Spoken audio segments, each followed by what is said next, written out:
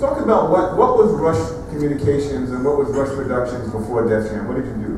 For Rush Communications, we managed a lot of acts. We managed, obviously it came to be Run DMC before it was still before DefJam, and Houdini and Fearless Ford and Jimmy Spicer and Orange Crush, but there were many more. I can't even think of half of them. Yeah, you had a lot of people. You know, a lot of Spider D, yeah, and Sparky D, and Jimmy Spicer.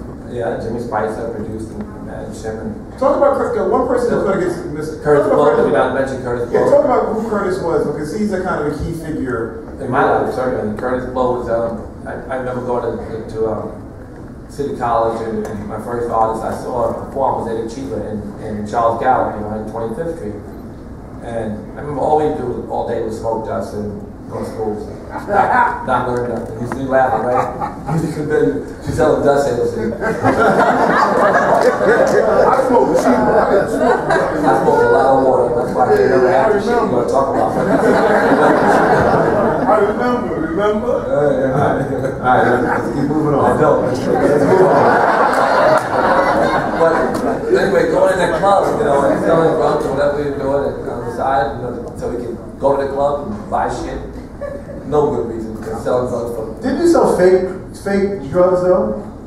Yeah, that's all documented in the book. That's a lot of things. Well, I don't know, people may not know. They used to have incense that you get for $3, and you could cut it up and make it 9 times, the shit would still freeze your face off, and you could shoot it with your heroin, and it would have caffeine in it. Coca leaf incense. They probably still sell it in the head shop. It's not under the counter now. You can kill selling it.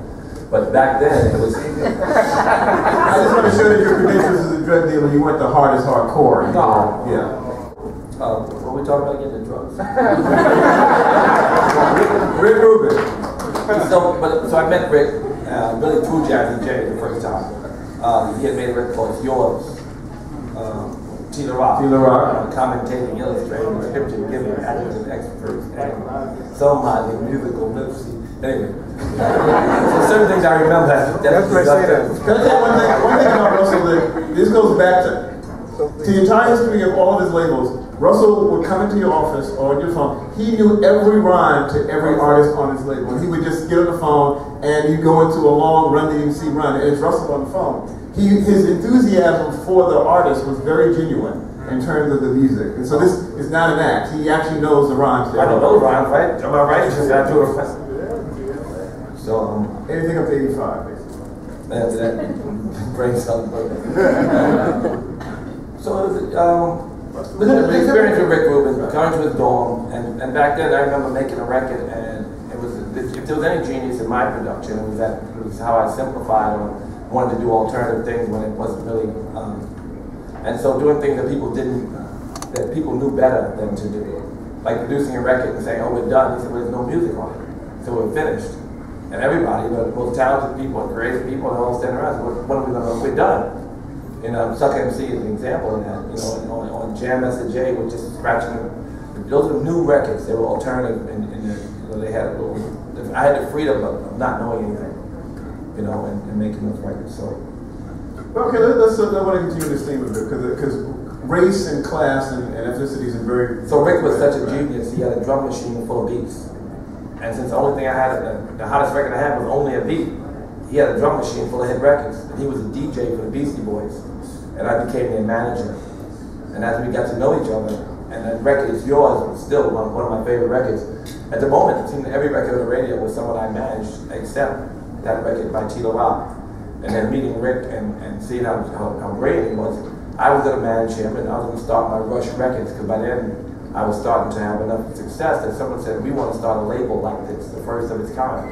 It was going to be Rush Records. And then Rick said, let's start a label. It'll be $2,000 and I'll run out of the dorm. So I gave Rick $2,000, I was negotiating my deal, and then I felt that I would be better off just being a partner in a company that was more fun, and so we did that. We did the independent thing. And the independent thing then became the thing we sold to the majors, as opposed to selling something separate, which was smart on my part.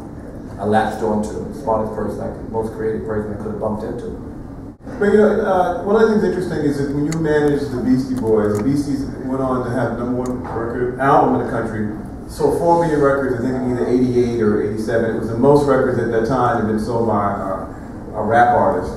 And yet, also you were probably on the first, I'd have to think about it, maybe the first black manager to manage a white group that was that successful. And it was quite, it was quite unusual. I mean, I guess, I've had these experiences, and and I can look back on whether making movies and Nutty Professor, it's a gateway. It was open. It was time, and I also, I always talk about this. You talk about diversity, it ends up being segregation, and that's not. The gatekeepers just don't get it. But I don't think like when Puffy walks in the door, he's thinking, oh shit, only one black or no black has been here. I just don't think that generation or the generation I came from, a lot of us didn't think that way. So it didn't occur to me that that was the only black person doing what I was doing. I just felt it was the right thing to do. So